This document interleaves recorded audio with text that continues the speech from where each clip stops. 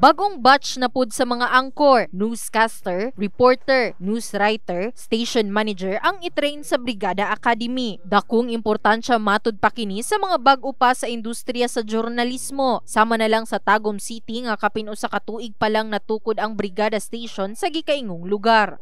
After 10 days na ay kumbaga changes nga after aning training dapat fruitful, dapat sakto na, no? Auga kining ni ang kaalam kahibalo aron nga mo padayon sa kining ni ang serbisyo publiko sa pagsabwag og mga balita og sa pagtabang usab sa mga nagkinahanglan nga mga kaigsuonan. Dugang pa sa station manager nga si June Digamo, ang in-depth interview ang nagsilbing susi kanila aron maminti na ang title nga dominant overall #1 FM station sa Davao City. Ang ako lang panginaot nga unta, ma-apply nila.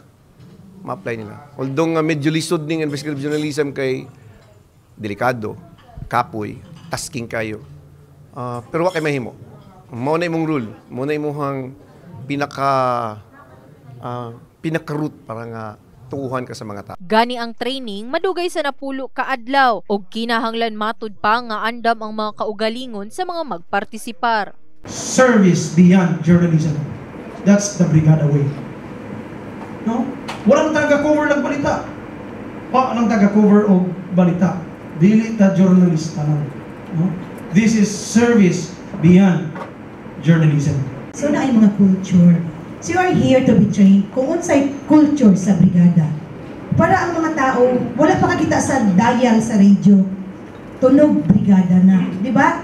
Para for uniformity, para ma-adapt ninyo ang culture na to.